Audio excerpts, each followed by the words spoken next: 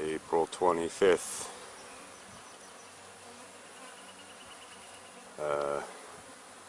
Boy, that looks an awful lot like kind of swarm activity on the left hive there. Okay, Bob, you might be right. Today might be a swarm day. If that happens, then we got something to put into the Topbar hive over there.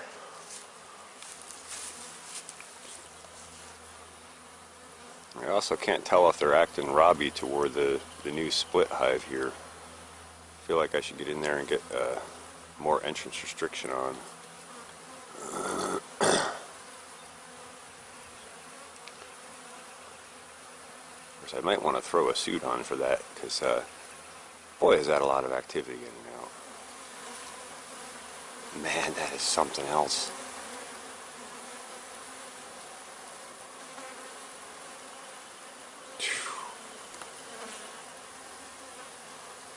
This is the first warm day we've had all week. It's about 65 out, the sun is out.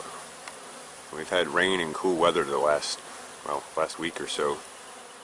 So they've kind of been hunkered down.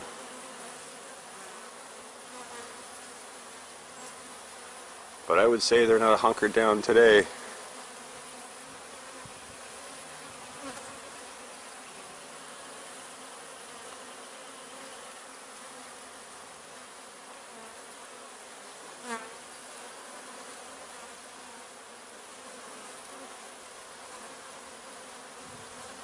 Give you a close-up of just how much intense activity there is in and out of here. We got pollen coming in. I'm pretty sure I've seen a couple of drones in and out.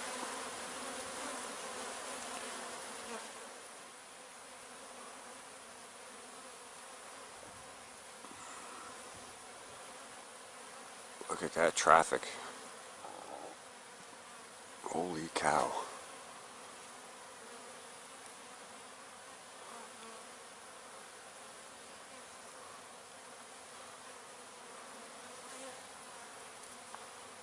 The way the traffic pattern is in and out of here right now kind of reminds me of last year when we had that swarm. But there's a little bit less back and forth cross traffic, I guess I would say, for lack of a better description. It definitely seems more like inbound, outbound traffic. But with the number of bees coming in and out of there, I guess I wouldn't be surprised if they swarmed. Part of me is like, maybe I should just give them more room, but part of me is also kind of like, you know, a swarm wouldn't hurt. Like I said, I'd love to get one over in that Topbar hive that I cleaned out a couple of weeks ago and get an established colony in that early, and by late this year or early next year, that would be able to pump out multiple swarms a season, I would suspect, or at least that's how I understand it. And that would give me the option to add and upgrade colonies at a phenomenal rate. I also have about 5 or 6 nukes that I could capture swarms into also, so there is room to expand to some degree here in the apiary.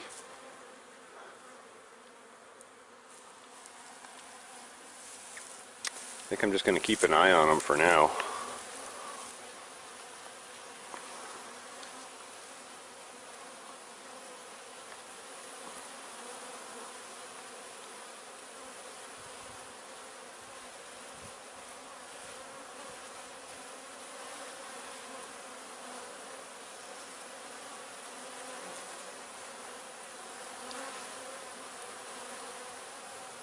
We'll see how things progress, and if it's still warm enough later in the day, I probably will just gently pop the cover on the right hive here and just have a look at how they're doing in there.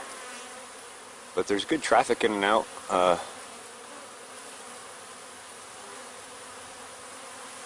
So far so good, I think, on them.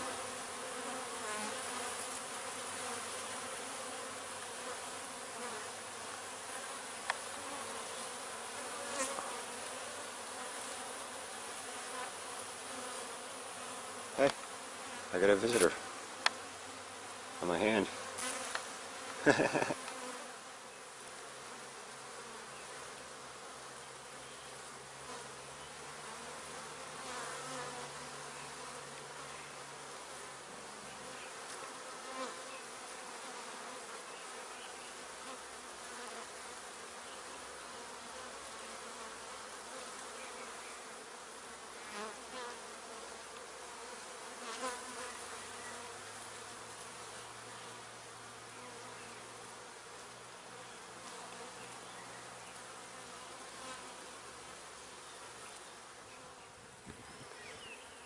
Now the sunlight's a little bit against me on this angle. But I realized I do a lot of shots of the landing boards from the front of the hive, but I have not given a lot of perspectives from the back where you can see the traffic.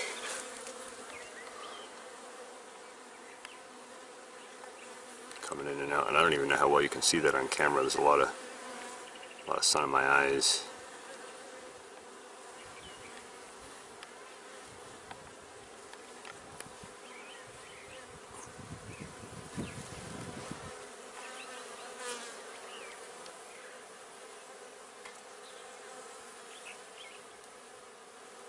You can see where I set up that piece of hive, piece of pallet.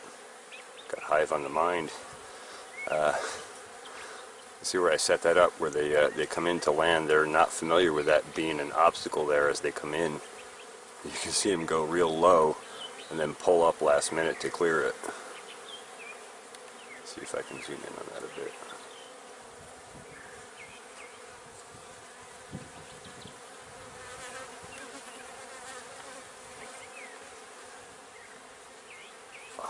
Love the sound of an active apiary. So, given how much traffic's coming out of that left hive, I may make a split. If you saw my previous video to this one, my friend Bob from Black Bear Apiaries commented how that cluster was looking, and you know, he said they might be getting ready to swarm soon. I said maybe even today, and like, you know, it's been cold and rainy and wet. This is the one like nice day we've had. And when I first came out and saw just how active it was, I thought they might be. But it's been a long time since I've seen that many bees really cranking. It's just inbound, outbound activity as far as I can tell. But that doesn't mean that they're not getting ready to swarm, because they have a tremendous amount of bees in that hive. So I think what I'm going to do is take at least one more split out of that left hive. I might even try and pull off two, but we'll see what we find inside for brood. So some of these boxes here are the old hive, various and mixed amounts of honey and resources and that kind of stuff in each of those different boxes. I'm going to go through and use those boxes to set up the new split, or two new splits, both splits if we end up doing two, and pull some of those resources over to support those splits. And then I got another set that I made up last year with new foundation on, and I put that on the other hive, hoping that they would fill that in the fall, but it was just too late in the season and there just wasn't enough resources for them to do it. So that works out good. This will be a nice a fresh comb for them to work on, so they can be drawing comb during this time of year when they're pulling all sorts of nectar, and they really need the sugar to make the wax. So the bees, bees, I think it's like 7 to 12 or 14 days. I could be wrong on how many days into their life cycle, but I think the 7 to 12 day bees are the ones that are excreting the wax, or it might be the 18 day bees. I forget the details, but I'll look it up and I'll put it here in the text in the video. Anyway, at a certain point in their life cycle, they excrete wax. They consume sugar to do that, and they excrete the wax out of their, I forget what the glands are called. I'll look that up again as well. And then they take that wax, the other bees take that wax and they collect that, and that's what they build the comb from. Anyway, so this is a nice empty that can go on. I probably will throw that on this hive, depending on how this whole split operation goes. And you know, then they can start filling that, because we're at a point where dandelions are out, all sorts of trees are starting to bloom, apples, pears, plums, all that sort of stuff is coming soon. Dogwoods are already in bloom. Give you a shot of a dogwood in bloom here. You see that white? That's a dogwood. And then if you see the red there, I believe that's a swamp maple. I think that's also probably in bloom or in some stage of it. And then this, I think this is like an ornamental cherry here. This thing blows up into awesome bloom every season.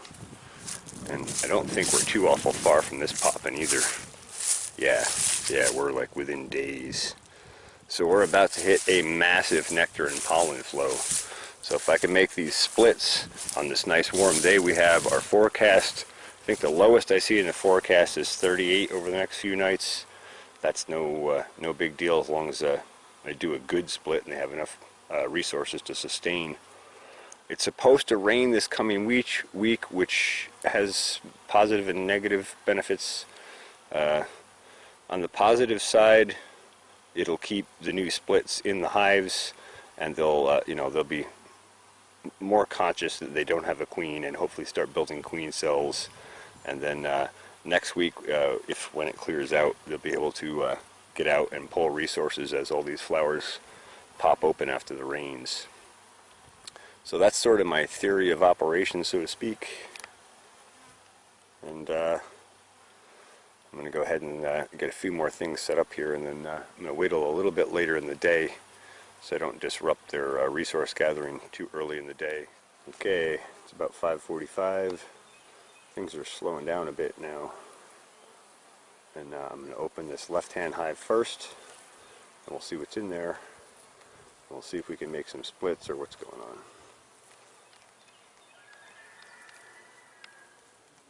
Okay, so I just popped the cover, puffed a little smoke in there.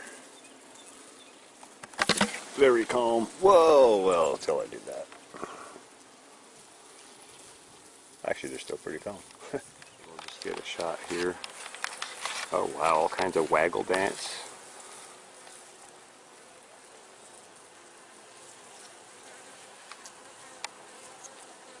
They're very happy.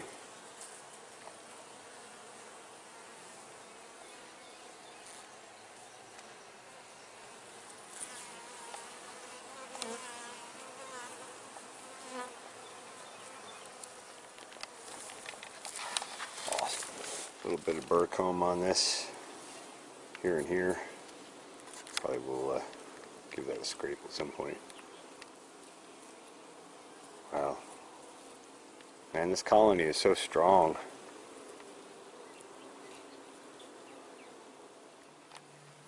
Okay. So that's the underside of that second super. And what do we got here? They're building the queen cell. Supercedure cell.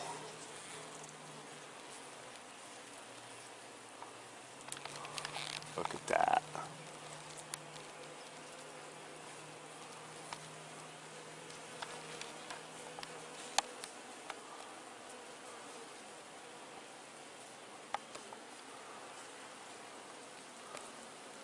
And let's see. Fur comb. Fur comb.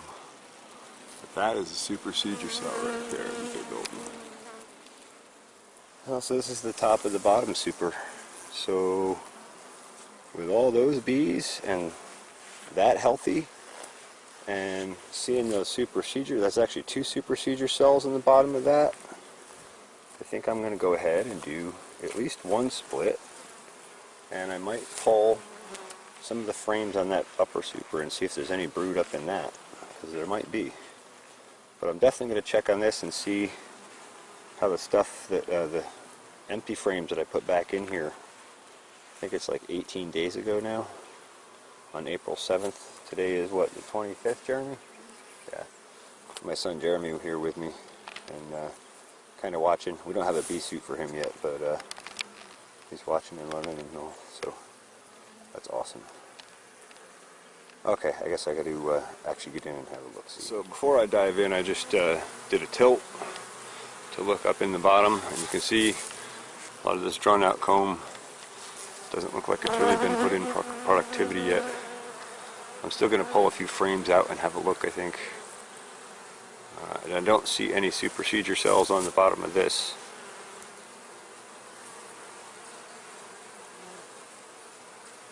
Anyway, they look pretty healthy. I might wait another week to do another split though. I don't know, I gotta see what's on that other one to brood. Give you a shot of these while we're open.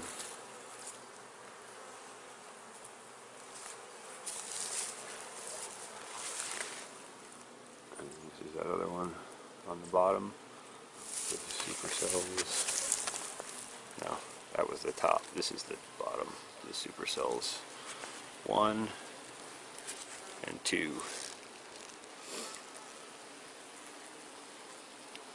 So we might even get a swarm. I'm not going to take those supercells off because I want a swarm for that top bar.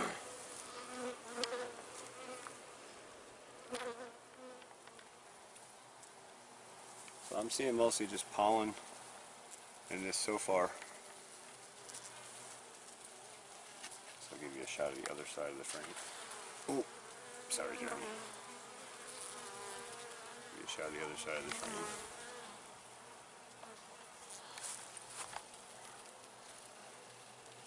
But they're finishing drawing it back out and working it. So that's good. That's the one frame.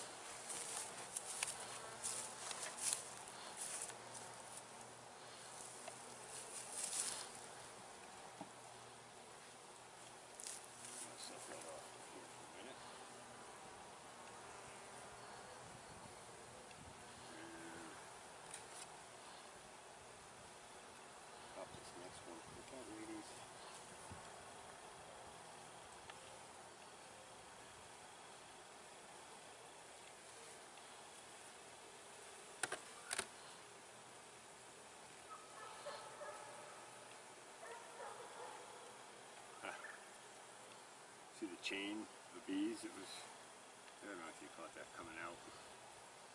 They like to chain out. So this one,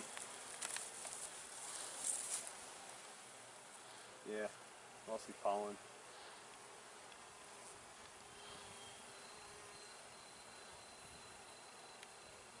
Oh, I think that's the queen right here in the upper corner. See her?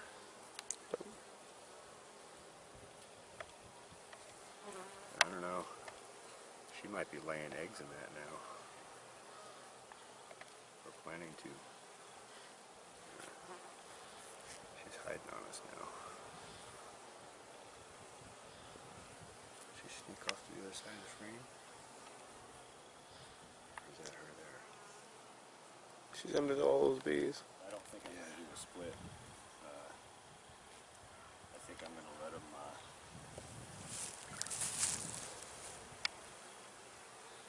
swarm, I guess. I don't know. I'll have to ask Matt and Bob and see what their thoughts are. It's probably better to wait and let them go out. This frame is much heavier.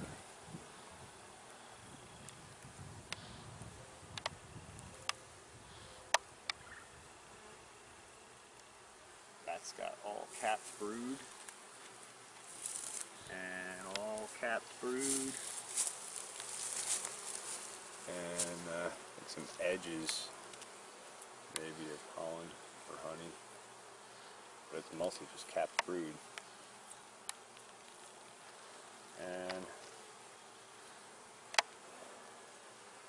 that must be a drone. Yeah, I think we got a couple of drones there on this side. I'll just let you get another shot of this.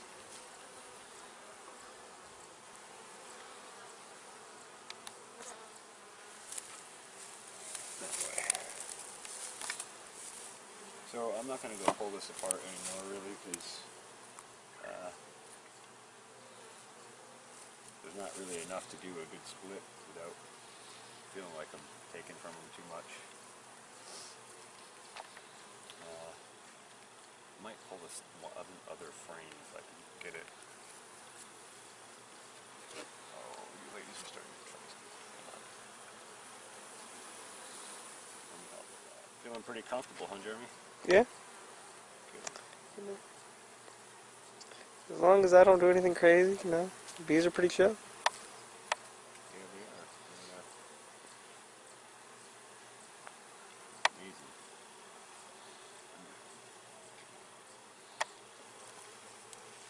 I don't think I got this last frame here out last time, so I didn't want to disrupt things too much. Yeah, they've got a comb running across in here, and I don't want to break that all up.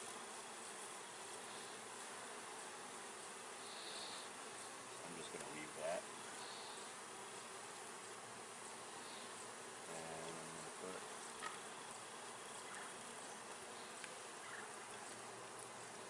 that other frame back. And we're just going to let them ride for a bit.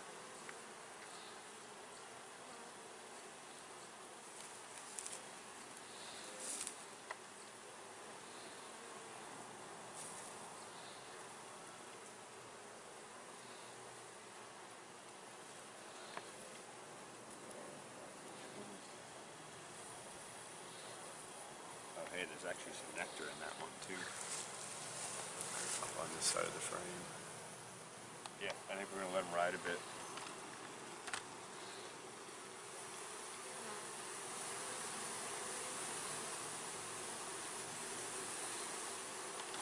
I'm going to stick this under the box back on.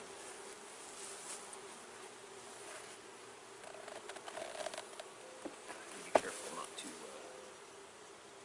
hurt those super cells.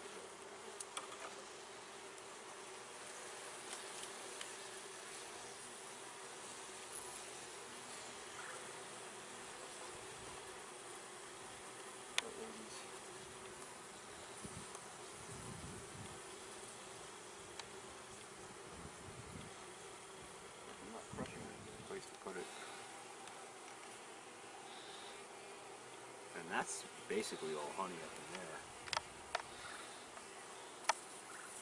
That whole frame is honey.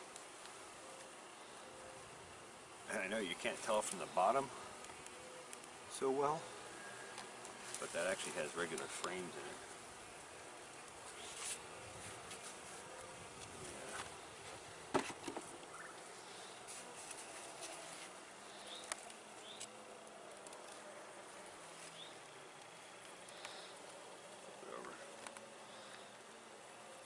Interesting how they kind of confuse that comb on the bottom. And it looks like kind of hefting it. They've been using some of this. This isn't super heavy.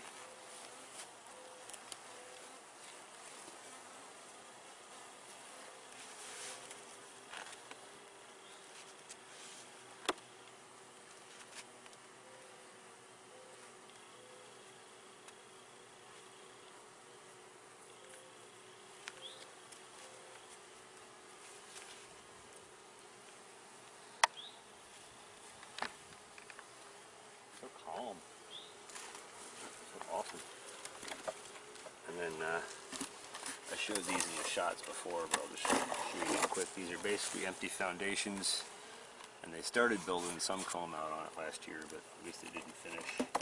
Some of these have a little more build out than others, but for the most part they're just empty, clean foundations. So I'm going to drop those on. I don't think we're quite into a heavy nectar flow yet, but I don't think we're too far from it, especially with the rains and the warmth today. So, give them a little. Ooh, look out, sweetie. Sorry, honey. We'll give them a little more room to play, and put hopefully that'll hold swarming back a little bit. Maybe we can actually do a controlled split. But then if they do swarm, we can do something into the Topbar hive as long as we can catch them. So, is what it is.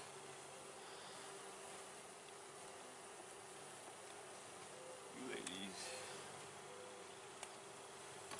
Go back into the hive.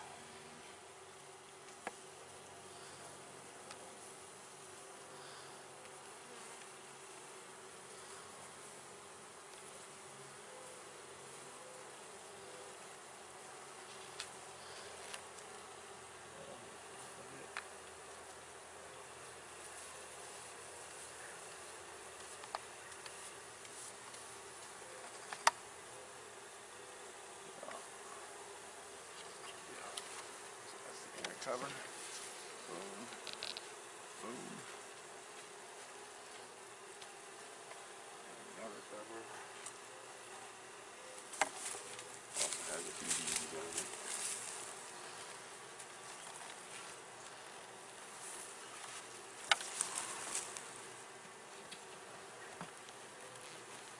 Sweet. That's that. And I'm going to pull this entrance restrictor out. These guys are certainly strong enough that they don't need that anymore.